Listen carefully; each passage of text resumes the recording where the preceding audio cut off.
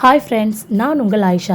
இன்றைக்கி இந்த வீடியோவில் நம்ம முக்கியமான ஒரு இன்ஃபர்மேஷன் பற்றி தான் பார்க்க போகிறோம். வாங்க வீடியோக்குள்ளே போகலாம். வீடியோவை ஸ்கிப் பண்ணாமல் ஸ்டார்ட்லேருந்து எண்ட் வரைக்கும் பாருங்கள். அப்போ தான் நான் சொல்ல வர தகவல் என்ன அப்படிங்கிறது உங்களுக்கு ரொம்ப கிளியராக வந்து புரியும்.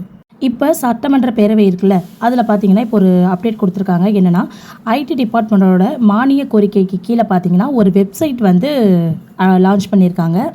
எதுக்காக இந்த நியூ வெப்சைட் வந்து லான்ச் பண்ணியிருக்காங்கன்னு பார்த்தீங்கன்னா, சட்டமன்ற பேரவை மற்றும் சட்ட மேலவை இருக்கு இல்லையா, அங்கே நடக்கக்கூடிய நிகழ்வுகளை பதிவு பண்ணுறதுக்கு ஒரு கணினிமயமாக்கக்கூடிய பணியை வந்து தொடங்கணும் அப்படிங்கிறதுக்காக தான் இந்த நியூ வெப்சைட் ஆனது லான்ச் பண்ணியிருக்காங்க. அந்த வெப்சைட் என்னன்னு பார்த்தீங்கன்னா, அதை காட்டுறேன் பாருங்கள்.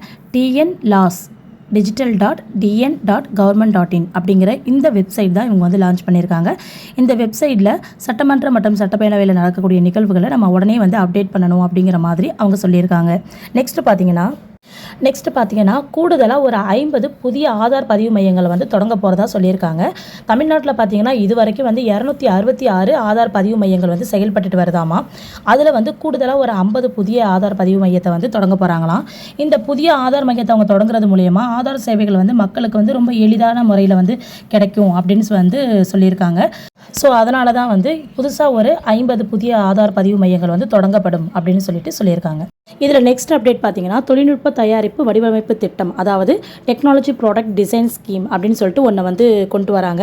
அதில் பார்த்தீங்கன்னா டெக்னாலஜி ரிலேட்டடான பொருள்லாம் பார்த்தீங்கன்னா நம்ம வந்து செல் பண்ண போகிறோம். ஸோ அதில் பார்த்தீங்கன்னா மேட் இன் தமிழ்நாடு அப்படின்னு சொல்லிட்டு நம்ம ஒரு முத்திரையோடைய அரசு ஊக்குவிக்கும் விதமாக அந்த பொருள்கள்லாம் வந்து செல் பண்ண போகிறோம் அப்படிங்கிற மாதிரி சொல்லியிருக்காங்க. அதில் பார்த்தீங்கன்னா அரசு மற்றும் தனியார் பங்களிப்பு முறையின் கீழ் பார்த்தீங்கன்னா ஒரு புத்தொழில் நிறுவனத்திற்கு வந்து 75% வந்து மானியம், அதிகபட்சமாக ரூபாய் 15 லட்சம் வீதம் வந்து வழங்கப்படும் அப்படின்னு சொல்லியிருக்காங்க. அதாவது என்னென்னா, புதிய தொழில், அதாவது ஒரு புதிய பொருள் உருவாக்கமோ இல்லை புதிய தொழிலோ இல்லை மண்பாண்டம் இது மாதிரியான தொழில்கள்லாம் செய்கிறாங்க இல்லையா, அவங்களுக்கு 75% வந்து மானியம் கிடைக்குமா, அதிகபட்சமாக பார்த்தீங்கன்னா ரூபாய் 15 லட்சம் வீதம் வந்து வழங்கப்படும் அப்படின்னு சொல்லியிருக்காங்க. அடுத்து பார்த்தீங்கன்னா இகேஒய்சி கைபேசி செயலியில் மற்றும் பாதுகாப்பான எளிதில் விரிவாக்கக்கூடிய பொதுவான இகேஒய்சி இணையதளம் வந்து நிறுவப்படும் அப்படின்னு சொல்லியிருக்காங்க. பல்வேறு அரசு நலத்திட்ட சேவை வழங்கலில் வெளிப்படைத்தன்மை மற்றும் அவைகளின் செயல்திறனை மேம்படுத்துறதுக்காகவும் பயனாளிகளுடைய அடையாளத்தை சரிபார்க்கிறதுக்காகவும் இது வந்து நிறுவப்படும் அப்படிங்கிற மாதிரி சொல்லியிருக்காங்க. இது மாநிலத்தோட ஒரு ஒருங்கிணைந்த மற்றும் பாதுகாப்பான இகேஒய்சி கட்டமைப்பாக இருக்கும், அதாவது சேஃப் அண்ட் செக்யூராக இருக்கும் அப்படிங்கிற மாதிரி இவங்க தரப்புலேருந்து சொல்லியிருக்காங்க.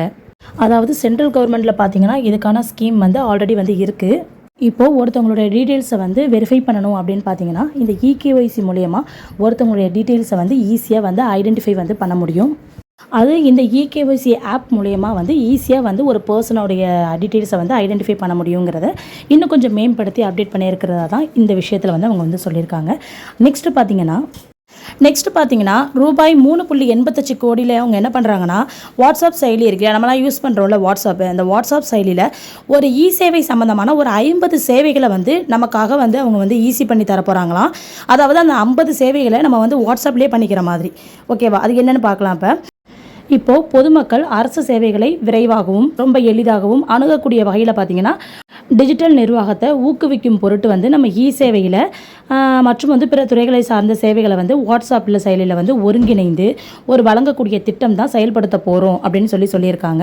இந்த திட்டத்து மூலயமா பார்த்தீங்கன்னா குடிமக்களுடைய சேவைகள், பயன்பாட்டு கட்டணங்களுக்கு பரிவர்த்தனைகள் மற்றும் வந்து சேவை வலைத்தளங்கள் மூலமாக வந்து வழங்கப்படும் சேவைகள் ஆகியவை வந்து ஒருங்கிணைக்கப்படும் அப்படின்னு சொல்லியிருக்காங்க.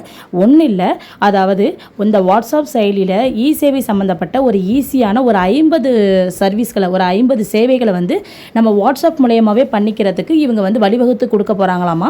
அந்த ஒருங்கிணைந்த செயல்படுத்தும் முறையை வந்து சீக்கிரமாக வந்து இவங்க செயல்படுத்த போகிறதா, அதுக்கு வந்து இவ்வளோ ரூபாய் வந்து ஒதுக்கி இருக்கிறதாகவும் ரொம்ப தெளிவாக நமக்கு வந்து சொல்லியிருக்காங்க.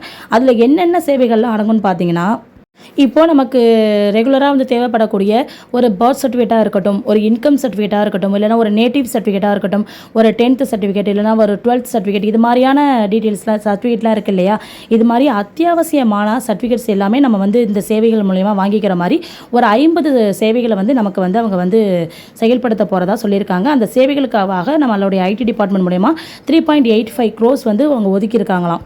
கூடிய விரைவில் இது வந்து நடைமுறைக்கு வரும் அப்படிங்கிறதையும் அவங்க வந்து ரொம்ப வெளிப்படையாக சொல்லியிருக்காங்க. ஓகே, இப்போ நான் சொன்ன இந்த தகவல் வந்து உங்களுக்கு பயனுள்ளதாக இருக்குது அப்படிங்கிற பட்சத்தில் கண்டிப்பாக நம்ம சேனலை வந்து சப்ஸ்கிரைப் பண்ணிடுவீங்க. அடுத்தடுத்து வரக்கூடிய நம்மளுடைய நெக்ஸ்ட் அப்டேட் வந்து உங்களுக்கு ரெகுலராக வரணும் அப்படின்னா சப்ஸ்கிரைப்க்கு பக்கத்தில் இருக்கக்கூடிய பெல் ஐக்கானை டச் பண்ணிக்கோங்க.